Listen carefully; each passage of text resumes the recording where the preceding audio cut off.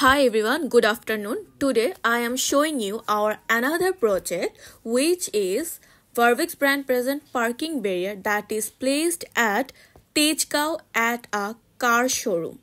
এই parking barrier model হচ্ছে VTS BJ100।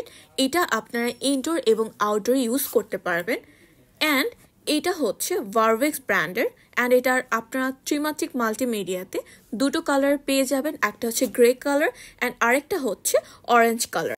You can use parking barrier for lots of purposes like you can use for security, traffic control, safety, space management or revenue generation and so on.